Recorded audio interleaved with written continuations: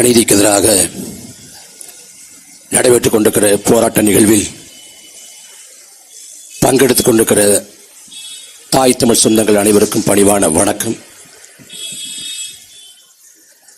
India என்பது ஒரு நாடோ தேசமோ அல்ல. இந்தியா என்பது ஒரு துணை கண்டம். அமெரிக்காவில் நிர்வாக வசதிக்காக மாகாணங்கள் பிரிக்கப்பட்டதென்றால் இந்தியாவில் மொழி வாரியாக பிரிக்கப்பட்டது. ஆனால் மத்தியில் ஆளக்கூடிய பாரதிய ஜனதா அரசு தேசிய இனங்களையோ தேசிய இனங்களின் தாயகத்தையோ ஒரு நாளும் அங்கீகரிக்கிறது இல்லை.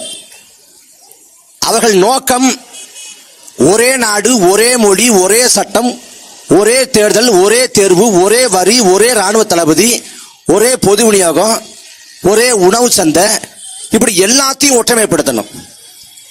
இந்தியாவோட பன்மைத்துவத்தை ஒட்டுமொத்தமா சீர்குலைக்கணும். அப்ப இந்தியா முழுமைக்கும் ஒரே தகுதி மற்றும் நுழைவுத் தேர்வு முறை என்ற முறையை கொண்டு வர்ற இங்க கேட்டவர்கள் எழுப்புற கேள்விதான். நாடு முழுமைக்கும் ஒரே முறையான கற்றல் வாய்ப்புகள் இல்லாத போது ஒரே முறையான தேர்வு எப்படி சாத்தியம்? இங்க ஒவ்வொரு மாநிலமும் ஒரு தேசம், ஒரு தேசிய இனத்தோட தாய் நிலம். ஆனா இந்தியா முழுமைக்கும் ஒரே முறையான தேர்வு நடத்துவேன் என்று மத்திய அரசு அறிவிக்குது. இதை கொண்டு வந்தது காங்கிரஸ். திமுக ஆட்சி காலத்தில் இந்த நீட் தேர்வு முறை கொண்டு வரப்படுது. 2013 அன்னைக்கு உச்சநீதிமன்றமே அரசமைப்பு சாசனத்துக்கு எதிரானது என்று சொல்லி நீட் தேர்வை ரத்து பண்ணிடுது. அதுக்கு பிறகு சீராய்வு மனு போட்டு நீட் தேர்வை உயிர்ப்பிச்சது காங்கிரஸ். அந்த நீட் தேர்வை மறுபடி செயலாக்கம் செஞ்சது பாரதிய ஜனதா. இன்னைக்கு நீட் தேர்வு முறையை கொண்டு 10 ஆண்டுகளை ஏறக்குறைய கடந்துருச்சு. நாம நீட் தேர்வு கொண்டு வரப்படுறப்பவே நாம எதிர்த்தோம். நீட் தேர்வு முறை ஏற்புடையதில்லை, இது சமத்துவமான வாய்ப்பை வழங்கல என்று எதிர்த்தோம். ஆனா 10 ஆண்டுகளமா வட மாநிலங்கள் மௌனம் காத்தது, நீட் தேர்வை ஏற்றுக்கொண்டது. இன்னைக்கு நீட் தேர்வுல முறைகேடு ஏற்பட்ட ஒண்ணு, வினாத்தாள் கசிந்த ஒண்ணு, 22 லட்சம் மாணவர்கள் பாதிக்கப்பட்ட ஒண்ணு, இப்போது நீட் தேர்வுல முறைகேடு நடந்திருக்குது. அந்த முறைகேட்டுக்கு நீதி விசாரணை தேவை. அதில் தொடர்புடையவங்களை கைது பண்ணணும். தர்மேந்திர பிரதான் பதவி விலகணும் அப்படிங்கிற கோரிக்கை முன் வச்சு நீட் தேர்வுல முறைகேடு நடந்திருக்கு அப்படின்னு போராடுறாங்க. ஆனா அவங்களுக்கு 10 ஆண்டுகளுக்கு முன்பே நீட் தேர்வே தவறானது, முறைகேடு என்று நாம் போராடி கொண்டிருக்கிறோம். இப்ப மறுபடியும் நம்ம வலியுறுத்துறோம். எப்போதும் தமிழ்நாடு தான் மற்ற மாநிலங்களுக்கு முன்னுதாரணமாக முன்மாதிரியாக விளங்கும். இந்த நீட் தேர்வுலையும் இந்த நீட் தேர்வு முறை தவறு என்று முதல்ல சொன்னது நாம் தமிழர் கட்சி, இங்க இருக்கக்கூடிய இனமான தமிழர்கள், தமிழ்நாட்டை சேர்ந்த பொதுமக்கள் தான். இதுல தமிழ்நாடு மக்கள் கொடுத்த அழுத்தம் காரணமாக நீட் தேர்வுக்கு விலக்கு கோரி 3 முறை தமிழக சட்டமன்றத்தில் மசோதா போடப்பட்டிருக்கு, தீர்மானம் போடப்பட்டிருக்கு. அந்த தீர்மானம் போடப்பட்டும் அது ஆளுநர் வாயிலாக மத்திய உள்துறை அமைச்சகத்துக்கு அனுப்பப்பட்டு இந்தியாவோட ஜனாதிபதி ஒப்புதலுக்காக காத்து கிடக்கிறது. ஜனாதிபதி ஒரே ஒரு துளி மையால் கையெழுத்திட்டு விட்டால் தமிழ்நாட்டில் நீட் தேர்வு இல்ல, விலக்கு சாத்தியப்பட்டுரும். ஆனால் கையெழுத்திட முடியாது என்று மத்திய உள்துறை அமைச்சகம் மறுக்கிறது. விளைவாக நீட் தேர்வால தினந்தோறும் பாதிப்படைகிறோம். இதுவரைக்கும் ஏறக்குறைய 50 பிள்ளைகள் இறந்து போச்சு. இந்த வினாத்தாள் கசிவிலேயே தமிழ்நாட்டை சேர்ந்த 4 பிள்ளைகள் இறந்து போயிட்டாங்க. இப்ப வட மாநிலங்கள் பத்தி எரியுது. வட மாநிலங்கள்ல டெல்லியில தொடங்கிய போராட்டம் உத்தரப்பிரதேசம், கேரளா, கோவான்னு பல மாநிலங்களுக்கு அது பற்றி பரவுது. இதுநாள் வரை எந்த போராட்டம் நடந்தாலும் ஒடுக்கி ஆதிக்கம் செய்த பாரதிய ஜனதா முதல் முறையாக அவன் பின்வாங்குறான், அவன் சலனப்படுறான், அவன் திணறான். எந்த போராட்டம் நடந்தாலும் உள்நோக்கம் நிரப்பிப்பான். தேச விரோதிகள், ஆன்டி இண்டியன், நகர்ப்புற நக்சல், சமூக விரோதி என்று உள்நோக்கம் அறிவிப்பான். ஆனா இந்த தடவை முடியல. அவனை எவ்வளவு சொல்லி பார்க்கறான், ஈடுபட மாட்டேங்குது. அடிமை இந்தியாவில் ஆதிக்கத்தை எடுத்து வாவுசி போறான் நம் பாட்டன். அன்னைக்கு அவன் போய் ராஜ துரோகி. சுதந்திர இந்தியாவில் நாம் போராடுறோம், நமக்கு வெறும் தேச துரோகி. பெரிய மாறுபாடு இல்ல. இன்னைக்கு இந்த போராட்டத்தை எதிர்கொள்ள முடியாம திணறி போய் நாங்க நாளைக்கு பார்லிமெண்ட்ல விவாதம் நடத்துறோம், நாங்க பார்லிமெண்ட்ல நாங்க இதை பத்தி பேசுறோம் அப்படின்னு தள்ளி போடுறோம்.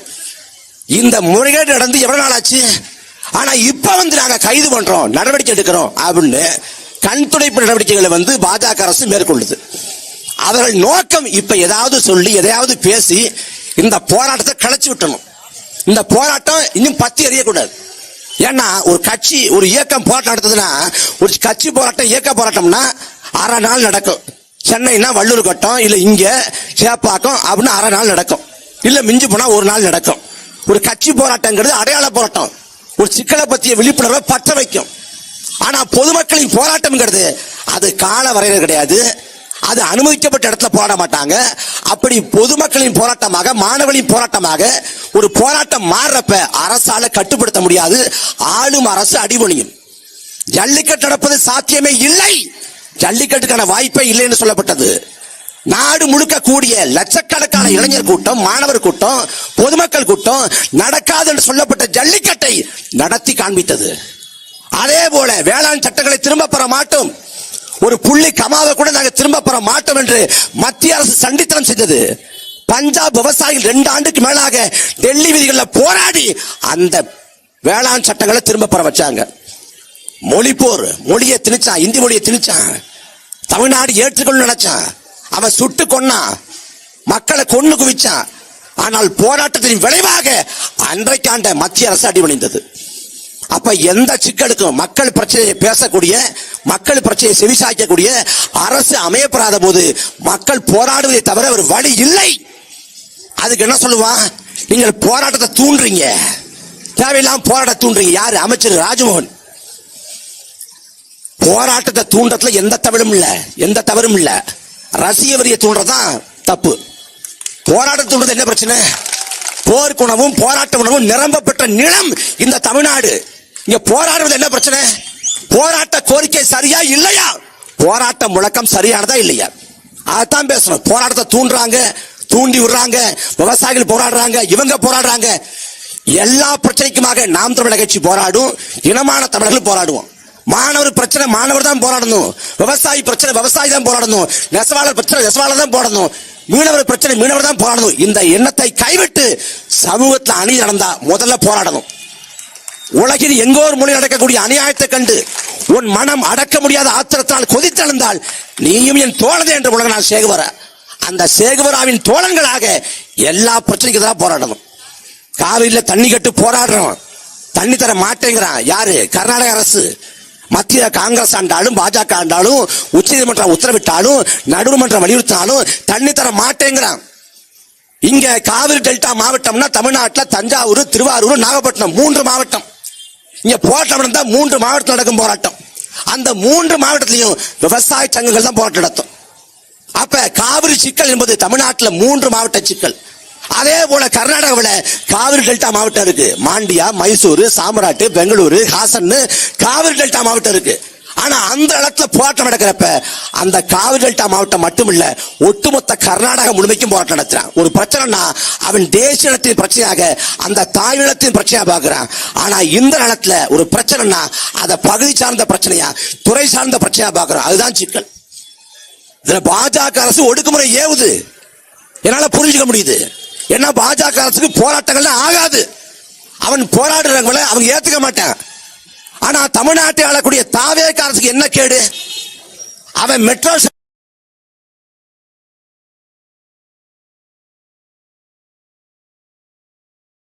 காலங்கள்ல மெரினா கடற்கரையில போராட்டம் நடத்த கூடாது என்று தடை போட்டு சட்டபூர்வமா அதுக்கு ஒப்புதல் வாங்கினான். திமுக அதிமுக ஆட்சி காலங்கள்ல தாவேக அரசு திமுக அதிமுக மாற்றினா மெரினா கடற்கரை திறந்து விட வேண்டியதானே. பாலன் இல்லத்துல போராடுறாங்க யாரு? மாணவர்களும் இளைஞர்களும். இதே பாலன் இல்லத்துக்கு விஜய் வந்தார். எதற்காக வந்தார்? தாவேக அரசுக்கு பெரும்பான்மை இல்ல, ஆதரவு வேணும் என்று ஆதரவு கட்டு பாலன் இல்லத்துக்கு போன விஜய் இன்றைக்கு போராடக்கூடிய மாணவர்களுக்கு இளைஞர்களுக்கு ஆதரவு கொடுப்பதற்கு ஏன் போகல? ஏன் போகல? எல்லா கட்சியாரும் போகலடா. தாவேக அரசின் கருத்து என்ன?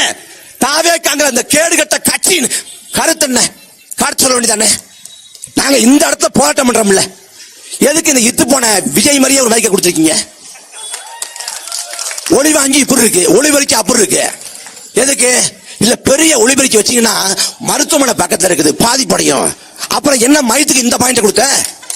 நாங்க கேட்டது என்ன? நான் கடு ராஜரத்தன் திடல் அங்க தர வேண்டியதானே. நாற்காலி போடக்கூடாது, நாற்காலி போடக்கூடாது, பெரிய ஒளிபெருக்கி வைக்க கூடாது.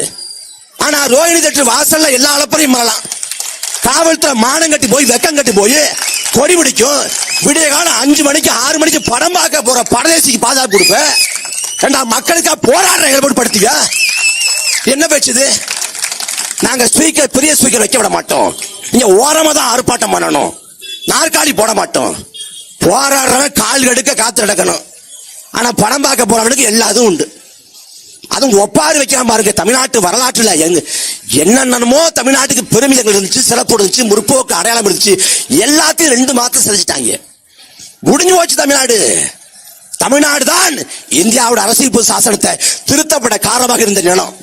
தமிழ்நாடு தான் இந்தியை எதிர்த்த முதல் மாநிலம். தமிழ்நாடு தான் எல்லாத்துக்கும் முன்னுதாரணம், எல்லாத்துக்கும் வழிகாட்டி. எல்லாமே சிதைஞ்சு போச்சுங்க. ஒரு 2 மாதத்துல 2 மாதத்துல கண்ணீர் வடிக்கிறாங்க. ஐயோ இனிமே பார்க்க மாட்டோமோ, இனிமே பார்க்க மாட்டோமோன்ட்டு. என்னால எதை வேணாலும் ஏத்துக்கலாம். தாவேகா கட்சியை சேர்ந்த கரூர் மாவட்ட செயலர் மதியழகன்னு பேரு, அவரு கண்ணீர் வடிக்கிறாருங்க படத்தை பார்த்துட்டு. கரூர்ல தேர்தல் பரப்புரைக்கு அந்த விஜய் பரப்புரை கூட்டத்துக்கு ஏற்பாடு செஞ்சது இதே மதியழகன்.